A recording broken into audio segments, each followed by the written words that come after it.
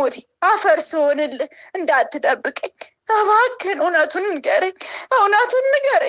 ንገረኝ። የደም ፈለግ መንፈሳዊ ድራማ ክፍል 3 እንሆ።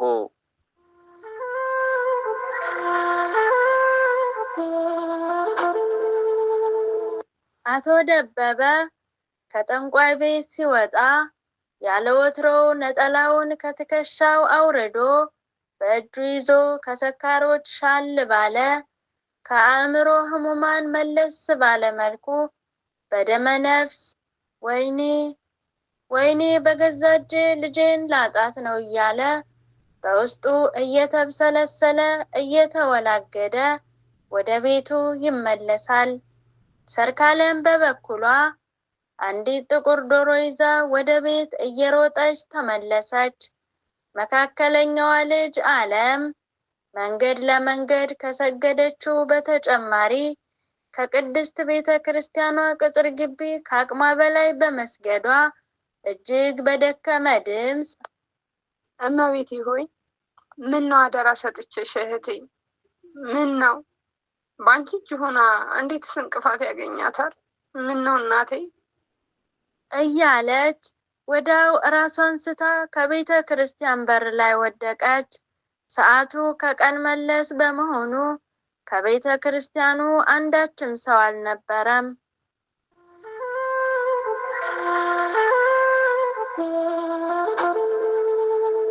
በላይነሽ በፈቃድ ከተኛችበት አልጋ ስር ቄጤማ ጎዝጉዛ ቁጭ ብላ እያለቃቀሰች ጋቻዋን እያጫጫሰች ልጇን ከበብንም አጠገቧ አስቀምጣ የእናት አባቴ ውቃቢ ምነው ምን በደልኩኝ ምን አጎደልኩኝ እባካችሁ ተለማመኑን እያለች ትዘያይራለች። ሰርካለም ከቤት ደርሳ የውጭውን በር ከፍታ በመግባት እማ ዶሮ አገኘሁ፣ ያት ይቺ ትሆናለች። ጎሽ እሰየኔ መድኃኒት ቅመም እኮ ነሽ። እንደው የእናትሽን አንጀት ራስን ያረግሽው። አዎ ምን ይወጣታል፣ ትሆናለች። ተመስገን እንኳንም አገኘሽ። ይኸውልሽ የኔ ልጅ እዚያ ገበታው እግር ስር አስገቢያት። እና ነይ ከኛ ጋር ቁጭ በይ አባትሽ እስኪመጣ ድረስ። ሰርካለም ያችን ጥቁር ዶሮ ከገበታ ስር አስገብታ ወደ እናቷ አጠገብ መታ ተቀመጠች።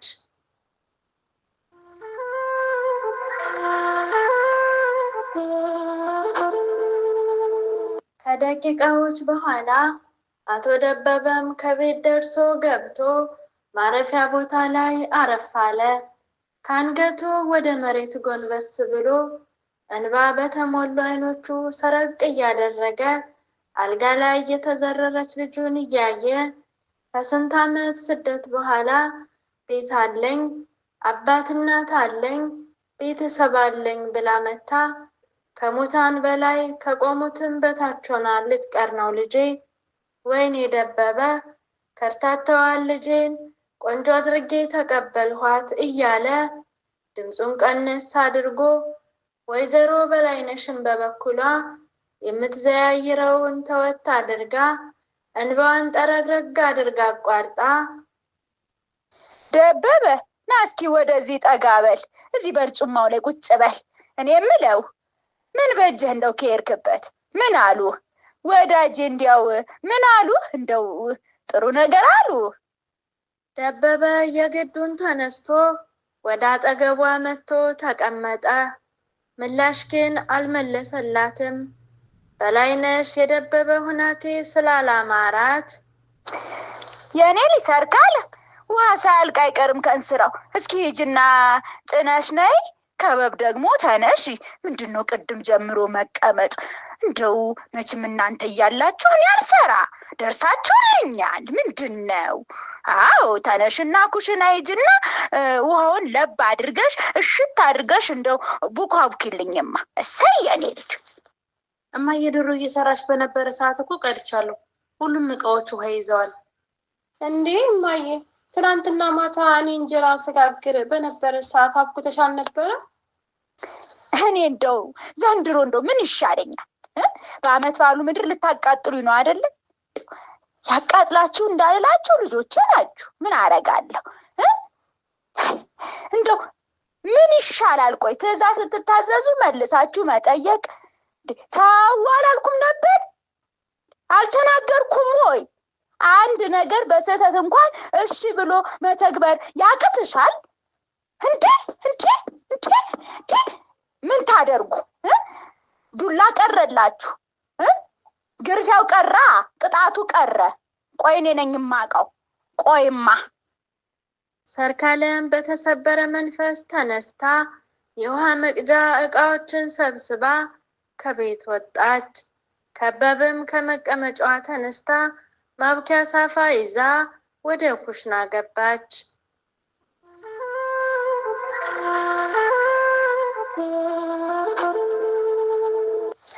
ደበበ ምን አሉ?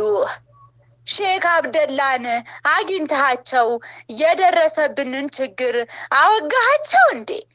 ወይስ እንዴት ነው መላው? አዎ ጠይቄያቸዋለሁ።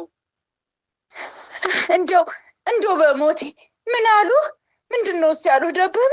እንደው በሞቴ አፈር ስሆንልህ እንዳትደብቀኝ እባክህን፣ እውነቱን ንገረኝ። አይ ወዳጄ ካልሸሸ እሱማ ያለኝ ልጃችሁ በደም ተለግፋለች አሉኝ። የአባታችሁ ውቃቢ በራቸው ላይ ቁጭ ብዬ እየበላሁ እየጠጣሁ የነበረውን ምግቤን ረገጠችብኝ። ልጃችሁን አልምራትም ብሏል አሉኝ። አይኔ ውይ ድራሼ በጠፋው ልጄን እንደው በገዛቼ እንደው እና ምንም መፍትሄ የለም አሉ። አይኔ ሰርካለምም ዶሮ ገዝታ እኮ መታለች። ሌላም የምናገረው ነገር ካለ ደግሞ እስኪ አይኔ ኧረ የልጄ ያለ ኧረ አይኔ ደበበ ምን ሆነሃል? ዝም ትላለህ እንዴ? ህይወትም እኮ ዋጋ በከፈሉ ብቻ ነው። ልጄን ይማርልኝ።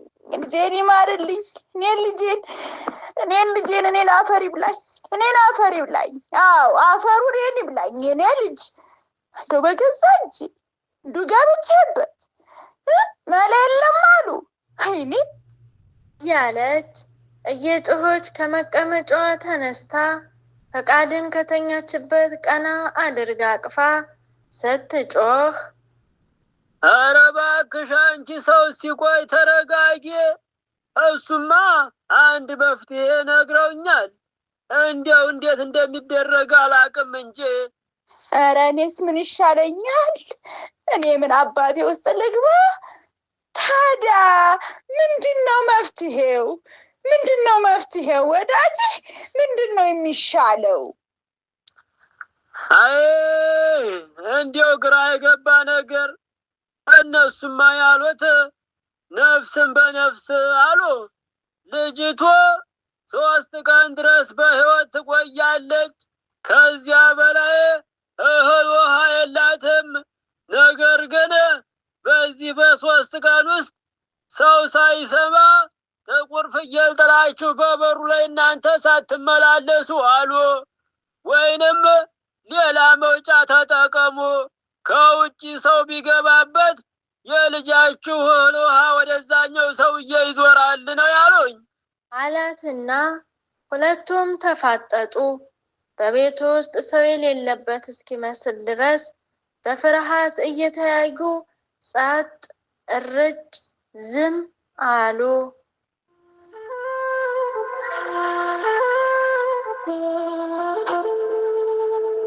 ማታ ሊጨላለም ሲል ስትሰግድ የነበረበት የቤተ ክርስቲያን በር ላይ ዓለም በግንባሯ እንደተደፋች ነበረች።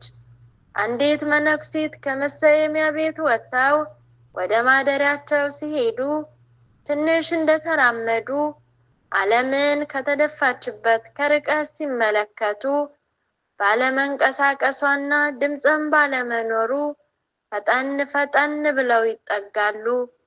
እንደደረሱም ያገኙት አንዲት ራሷን የሳተች ጉልበቷ አካባቢ እግሯም ግንባሯም ቆሳስሎ የወደቀችውን ወጣት አለምን ነበር። ውይ ልጄን ምን ነው? ምን ሆነሽ ነው ልጄ? እያሉ ቢቀሰቅሷት እምቢ አልነቃ ስትላቸው አስተካክለው ያስተኟትና እማሆይ ወደ ቤታቸው እየሮጡ ሄደው ቤታቸው እዛው ቅጥር ግቢ ካለው መቃብር ቤት ስለሆነ ከክፍሉ ውሃ በጆግ ይዘው ተመለሱ።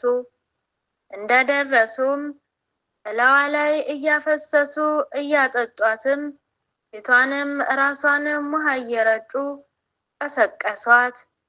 አለም በሰመመን መልኩ ነቃች። እማሆይ ወደ ቤተ ክርስቲያኑ ደረጃ ስር ጠጋ አድርገው አስተካክለው አስቀመጧትና መጣሁ ብለው ተነስተው ወደ ውጭ ሄዱ። ወዲያው ከቤተ ክርስቲያኑ ውጭ ያለውን ዘበኛ ጠርተው ተመለሱ። ናሲ ልጄ ላስቸግርህ፣ እዚህ የወደቀች ልጅ አለች፣ እግሯም ተጎድቷል።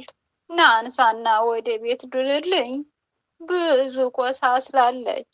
ደግሞ ሌላ ቁስል እንዳጨምርባት ብዬ ነው ያስቸግርሁ ልጄ በማለት ዘበኛውን ይዘውት ወደ አለም ተጠግተው ዘበኛውና እማሆይ አለምን ከግራና ከቀኝ ደጋግፈው ወደ መቃብር ቤት አስገቧት።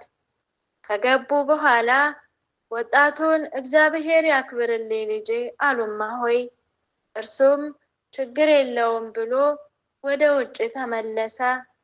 እማሆይ ያለምን እግር በጨርቅ እያሳሰሩ ልጄ እንዴት ብትወድቂ ነው እንደዚህ የተጎዳሽው ብለው ጠየቋት።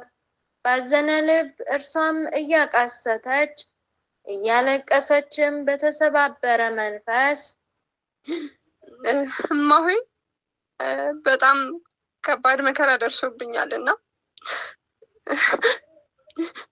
ለእኔም ሆነ ለቤተሰቦቼ እባክዎን ጸልዩልኝ። በጸሎቷ ቅድስት ድንግል ማርያም ካለሁበት መከራ እንድታወጣኝ ለምኑልኝ፣ ጸልዩልኝ።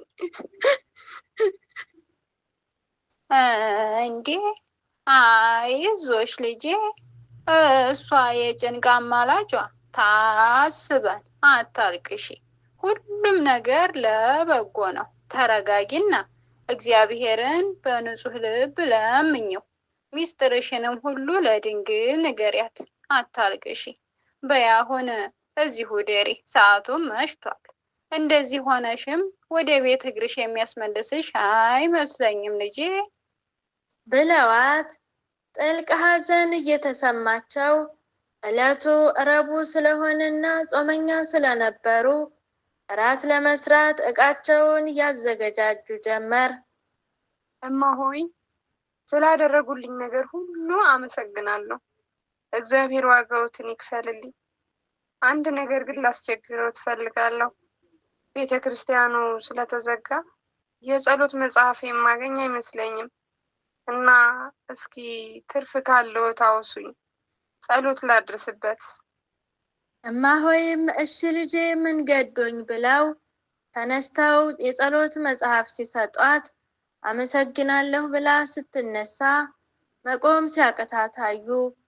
ቆይ ልጄ ብለው ዱላ ይሰጧትና በአንድ እጇ የጸሎት መጽሐፍ በአንድ እጇ ዱላ እንደያዘች እማሆይም እየደገፏት ወደ ቤተ ክርስቲያኑ በራፍ የእመቤታችን ስዕለ አድኅኖ ወዳለበት አደረሷት። እግዚአብሔር ይስጥልኝ እማሆይ፣ አስቸገርኳቸው አይደለም? እኔ ያው ዛሬ እዚሁ ቤተ ክርስቲያን ነው ማድረውና በሉ ግቡ እሺ እናንተ። እሺ እንዳልሽ የኔ ልጅ፣ እመቤቴ ማርያም አለው ትበልሽ ብለው ወደ ቤታቸው ይመለሳሉ። አለምም እዚያው ከእመቤታችን ጋር ንግግሯን ጀመረች።